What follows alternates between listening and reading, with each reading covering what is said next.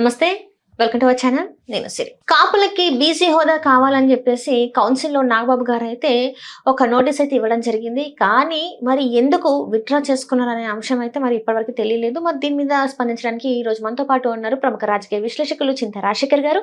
నమస్కారం sir. Sir, ఇప్పుడు చూసుకున్నట్టయితే కాపులకి బీసీ హోదా అనే దానిపైన కౌన్సిల్లో నాగబాబు గారు నోటీస్ ఇవ్వడం జరిగింది. మరి దేనికోసం మళ్ళీ దాన్ని ఉపసంహరించుకున్నారు ఏంటంటారు? వెనకాల గల కారణాలు ఏంటి? అంటే కాపు రిజర్వేషన్ అంశం ఎప్పటి నుంచో మనమైతే కాపులకు రిజర్వేషన్ వస్తుందని చాలామంది చెప్తా ఉన్నారు. కానీ అది ఒక అంశంగా ఒక నాయకుడిగా ఎదగడానికి పనికొస్తుంది. కానీ ఒక పార్టీ అధ్యక్షుడు అలాగే ముఖ్యమంత్రి అవ్వాలనే ఆశలు ఉన్న వ్యక్తులు ఎవరైనా సరే ఆ అంశం లేకపోతే భూస్థాపితం అయిపోతారు. భస్మాసుర హస్తం. కాపు రిజర్వేషన్ అంశము కుల నాయకులకి వరం అయితే రాజకీయ నాయకులకు అదొక శాపం. అంటే ఎట్లా సార్? అంటే ఫర్ ఎగ్జాంపుల్ కాపు జనాభా ఎంత ఉందంటే దాదాపు ఒక రకరకాల గణాంకాలు ఉంటాయి. ఒకటి 18 నుంచి 22, 25 మధ్యలో ఉన్నాయని చెప్పేసి అంటూ ఉంటారు. బీసీలు 49 to 50% ఉన్నారు. బీసీలకు ఆల్రెడీ రిజర్వేషన్ ఉంది. బీసీలకి ఇప్పుడు కాపులకి బీసీ హోదా ఇస్తే ఈ బీసీ కోటాలో కాపులు కూడా వచ్చి చేరుతారు. అంటే ఒక 50% మంది గణనీయంగా వచ్చి చేరుతారు. అంటే వాళ్ళ రిజర్వేషన్లకి వీళ్ళు గండి కొడుతున్నట్టే కదా. సో అప్పుడు కాపులకి బీసీ రిజర్వేషన్ ఇచ్చిన పార్టీకి బీసీలు ఓటేయరు. ఖచ్చితంగా ఎందుకు వ్యతిరేకత వస్తుంది. సో బీసీలు ఓట్లు అంటే మీకు వచ్చే 18-20% ఓట్ల కోసం 50% ఓటు బ్యాంక్ని మీరు నారాజు చేయలేరు. నారాజు అంటే వాళ్ళ కోపం తెప్పించలేరు, వాళ్ళని అసంతృప్తి పరచలేరు. అది వెరీ వెరీ సింపుల్ లాజిక్. ఇది ఈ లాజిక్తోనే నేను మీకు 2017లో అనుకుంటా ఫేస్బుక్లో ఒక పోస్ట్ పెట్టిన. కాపు రిజర్వేషన్ అనేది అసంభవం, అగ్ర కులాలందరికీ కలిపి 10% రిజర్వేషన్ ఇవ్వటం అనేది సబబు, అది ఏమన్నా అవకాశం ఉంటే ఉంటుంది కానీ కాపులకి రిజర్వేషన్ అనేది అసంభవం. అది ఇప్పుడు చిరంజీవి పార్టీ పెట్టినా పవన్ కళ్యాణ్ పార్టీ పెట్టినా కానీ కాపులకు రిజర్వేషన్ అడిగితే ఏమవుతుంది? కాపులు మాత్రమే ఓటేస్తారు, బీసీలు వేయరు. బీసీలు ఓటేయకపోతే ఎవరికి రాజ్యాధికారం రాదు, సీఎం అవ్వలేడు. ఎస్సీ ఎస్టీలు కాపులు కలిసినా కానీ ఆ ఈక్వేషన్కి రాదు, బీసీలతో సమానంగా రాదు. కాపులకి రిజర్వేషన్ ఇస్తే రెడ్లు, ఓసీలో ఉన్న రెడ్లు కమ్మలు కూడా ఓటేయరు. కానీ ఇక్కడ చూసుకున్నట్టయితే మన సునీల్ గారు, ఐపీఎస్ ఆఫీసర్ సునీల్ గారు ఇప్పుడు సస్పెన్షన్లో ఉన్నారు. ఆయన అన్నారు కాపులను దళితులు కలిసి ఒక గ్రూప్గా ఫామ్ అయ్యి ఒక పార్టీ తీసుకొస్తే మంచి ప్రయోజనాలు ఉంటాయి కదా అని చెప్పేసి. కాపులు 18% అమ్మా, దళితులు 20%, ఎంత 38%. బీసీలు ఎంతమంది ఉన్నారు? 50% ఉన్నారు. ఈ 38+50 పోతే ఇంకా 12% ఎవరున్నారు? అదర్ ఓసీ క్యాస్ట్లు ఉన్నారు. ఆ కాపుల రిజర్వేషన్ వస్తే అదర్ ఓసీ క్యాస్ట్లు ఊరుకోరు, బీసీలు ఊరుకోరు. సో అది ఫెయిల్యూర్, అది టెస్టెడ్ అండ్ ఫెయిల్డ్ ఇది. అందుకనే నేను ఈ విషయమే చెప్పాను. ఈ విషయమే నేను ఫేస్బుక్లో పోస్ట్ పెడితే జనసేన పార్టీలో బొరుసు ప్రభు అని ఒక ఆయన ఉండేవారు. ఆయన తీసుకెళ్ళి పవన్ కళ్యాణ్ చూపించాడు. ఈయన చెప్పేది ఇది. ఆ పోస్ట్ విన్న వెంటనే ఇట్లా ఎందుకు పోస్ట్ పెట్టావు, నువ్వు కాపు అయింది అంటే, నేను కాపునే కానీ కామన్ సెన్స్ ఉంది నాకు. నేను కాపునే కానీ నాకు కామన్ సెన్స్ ఉంది. అయ్యే పని కాదు ఇది. ఎందుకు అయ్యే పని కాదు? అయితే ఎప్పుడు అయిపోయింది అలా. ఇప్పుడు అయ్యే పని కాదు. ఎందుకంటే కాపులకు రిజర్వేషన్లు ఇస్తే బీసీల ఓట్లు పోతాయి, ఓసీ కులాల్లో ఇతర ఓట్లు పోతాయి, కమ్మారెడ్లు అసలు వేయరు, వెలమాలు కూడా వేయరు.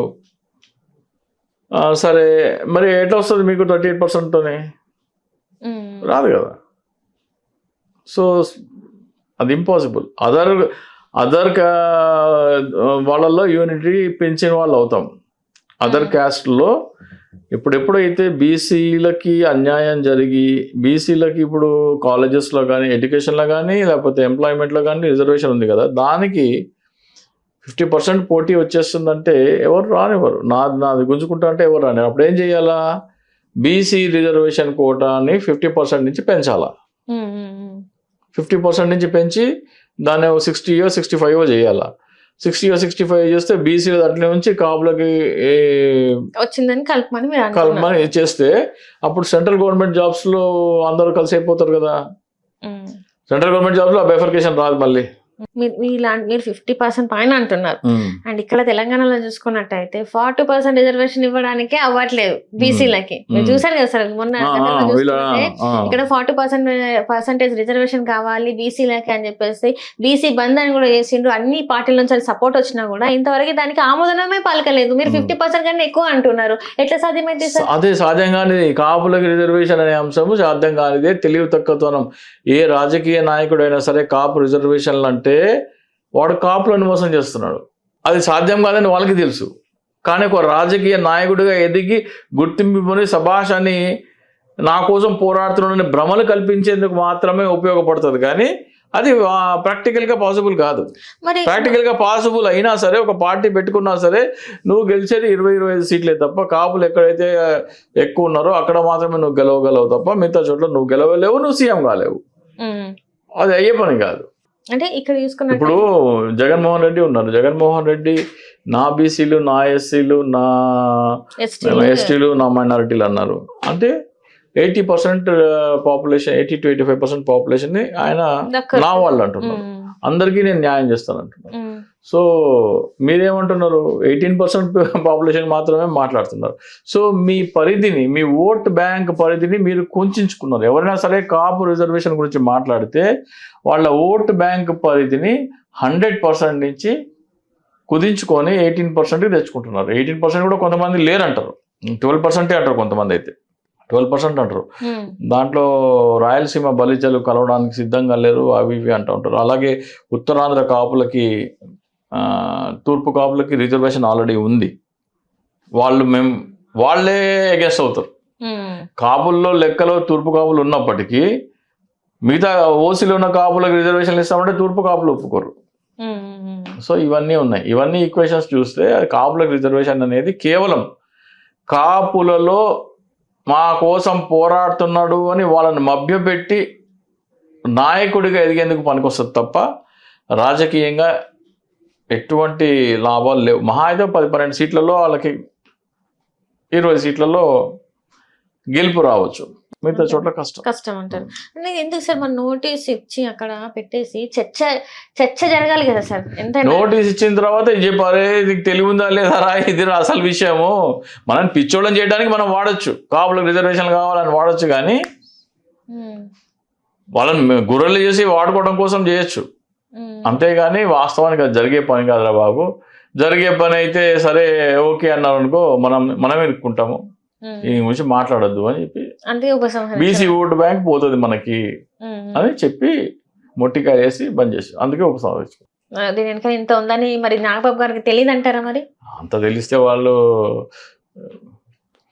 వీళ్ళు ప్రజల్లో ఉంటారమ్మా. సినిమా వాళ్ళు ఎస్పెషల్లీ ప్రజలతో డిస్కస్ చేయడానికి వాళ్ళకి మేమేదో దైవాంశ సంభూతులం అనుకుంటారు, మేము దేవతలం అనుకుంటారు వాళ్ళు. నిజంగా వాళ్ళకి మామూలుతో మాట్లాడడం వాళ్ళకి ఇష్టం ఉండదు. వచ్చి ఫోటో తీసి పంపించేయాలి. చర్చించడానికి వాళ్ళకి ఇష్టం ఉండదు. రాజకీయాలు అంటేనే డిబేట్ డిస్కషన్. ఆ డిబేట్ డిస్కషన్ పవన్ కళ్యాణ్ చేయలేదు, చిరంజీవి చేయలేదు, నాగబాబు చేయడు. అది చేయనంత వరకు వాళ్ళు రాజకీయ నాయకులు కానే కాదు. రాజకీయ నాయకులు అంటే ప్రజలతో చర్చించాలా, దానికి పరిష్కారాలు ఏంటి ఆలోచించాలా, అది రాజకీయ నాయకుల లక్షణం.